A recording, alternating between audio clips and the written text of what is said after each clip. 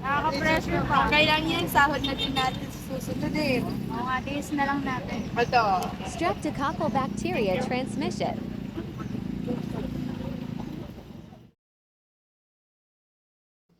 Nak, kain na tayo. Sige ma, una na po kayo. Wala pa po akong gana at masakit din po kasi yung lalamunan ko. Nak, bakit ka nakakumot? Nilalagnat ka ba? Check ko nga yung temperature mo.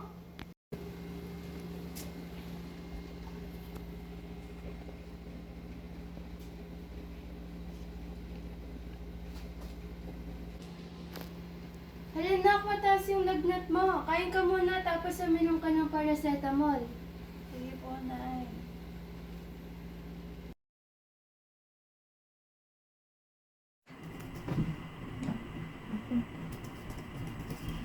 Ba't kaya ako bigla nanginig? Ano kaya nangyayari sa akin?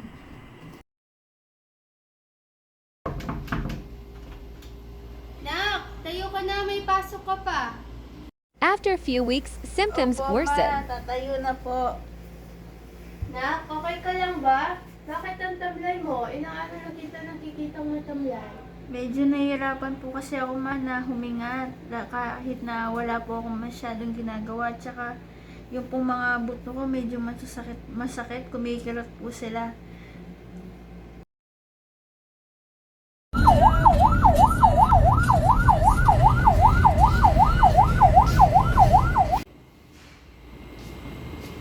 Morning po, ma'am. Ito po, nurse.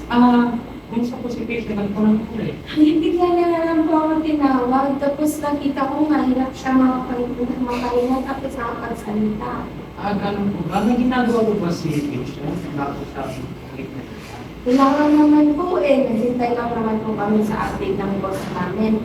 Pero parang ilang araw ko na din napansin na yun nga, sinusod po siya sa hirap ng paghinga niya. Okay, sige po. For the meantime, ma'am, kung pupunta kayo, kasi pupunta sa patient. Sige po.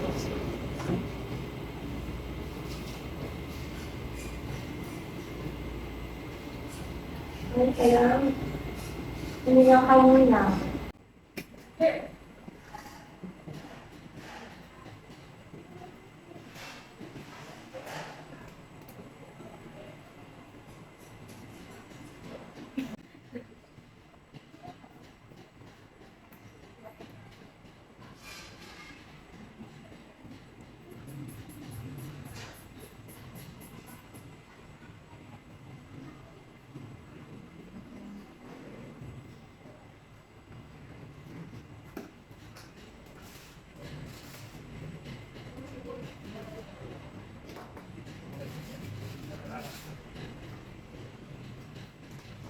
Balikan ko po yung lungs out.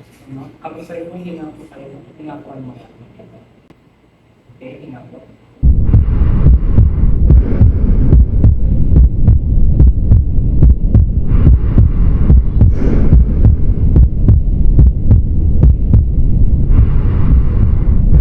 Mabis yung ano po ninyo, yung sa heart sounds ko.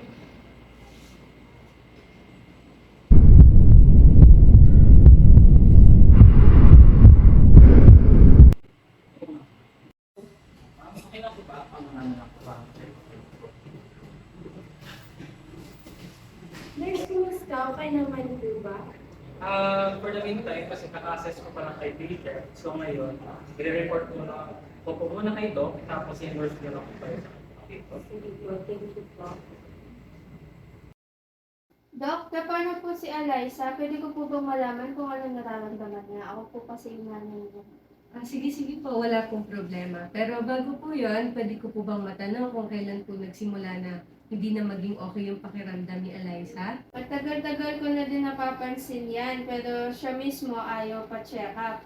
Ang pagkakaalala ko kasi dati, ang una niya nararamdaman, sabi niya sa akin na hirap daw siyang huminga dahil ay kumain dahil nahihirapan daw siya lumunok at ubo siya ng ubo dahil nangangati daw yung lalamunan niya. And pabalik-balik yung sakit niya na Yun, at hinahayaan niya lang din naman. At yung ngayon naman is nakakaramdam daw siya ng chest pain, which is nahihirapan siyang huminga, and nararamdaman niya din yung belly niya nagsaswollen din. Ganun po ba, madam?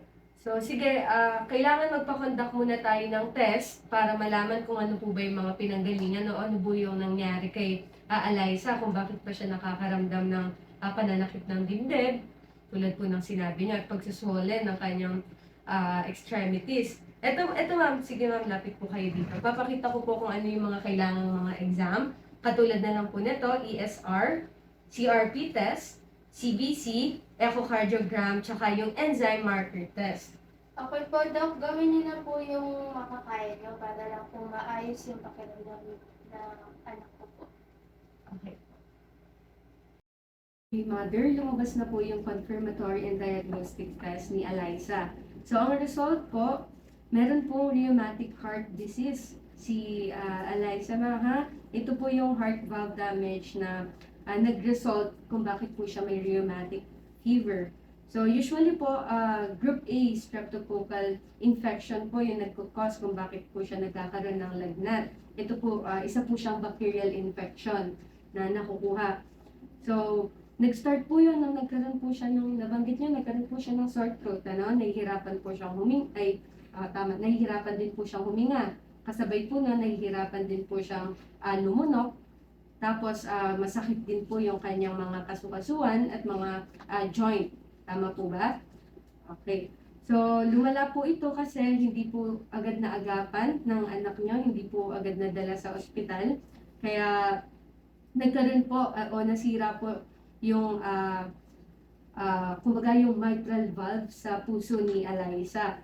Ito po kailangan niyang maoperahan. Sadly, kailangan niya po maoperahan para mapalitan po natin yung heart valve ng kanyang puso, ano? Naiintindihan po ba, ma'am? Opo, Doc. Okay. Kailangan po, since nagkaroon po siya ng rheumatic heart disease, sadly, ma'am, wala po itong cure. Pero kakailanganin po natin ng medical treatment ang anak niyo. So, kailangan kumpleto po ang pagpapainom natin sa kanya ng antibiotic. Kailangan religiously po siyang umiinom, ano? Bali, resetahan po namin kayo niya ng mga anticoagulants din at saka mga antibiotics para sa kanyang treatment. Kailangan po kasi yun, ma'am, no? Yung antibiotics para mapuksa yung mga bacterial infection sa loob ng kanyang katawan. At saka mawala din po yung mga pamamaga, tsaka pananakit ng kanyang mga joints. Okay po, Doc. Thank you po. Okay po. Bali, tawagin ko lang po si nurse para for further assessment sa anak niyo. No? Okay, Nurse Dave, pwede ba pakireport naman sa akin kung ano yung naging nursing diagnosis and intervention mo kay patient Alyssa? Yes po, Doc. So, ang ating nursing diagnosis po is decreased cardiac output related to mitral valve insufficiency, secondary to rheumatic heart disease. So, yung mga interventions po na ginawa ko na po kay patient is minomonitor ko na po yung kanyang dyspnea. Find out ko po kung allergic po siya sa penicillin where hindi po siya allergic. Then, minonitor ko na rin po ang kanyang signs for infection, kagaya po ng kanyang sore throat, yung kanyang nodule sa kanyang neck, at headache, tsaka yung kanyang temperature po, which is more than 37.7. I-explain ko na rin po kay patient na yung anticoagulants ay baka maka-interfere sa kanyang pagkain at sa ibang mga gamot. In-advise ko na rin po na umiwas na po muna si patient sa ibang mga tao, lalo na po yung may mga upper respiratory infections. Next po, sinabi ko rin po kay patient na mag-report kaagad sa inyo po. If ever na meron po siyang signs of heart failure, kagaya po ng shortness of breath, nag-gain po siya ng weight for a short period of time, at saka kapag umuubo po siya na walang plema. Then lastly po, sinabihan ko na rin po si patient na dahan-dahanin lang po niya ang pagbalik ng kanyang normal daily activities. Yun po, Doc. Okay. Thank you, Nurse Dave. So, good job. Thank you.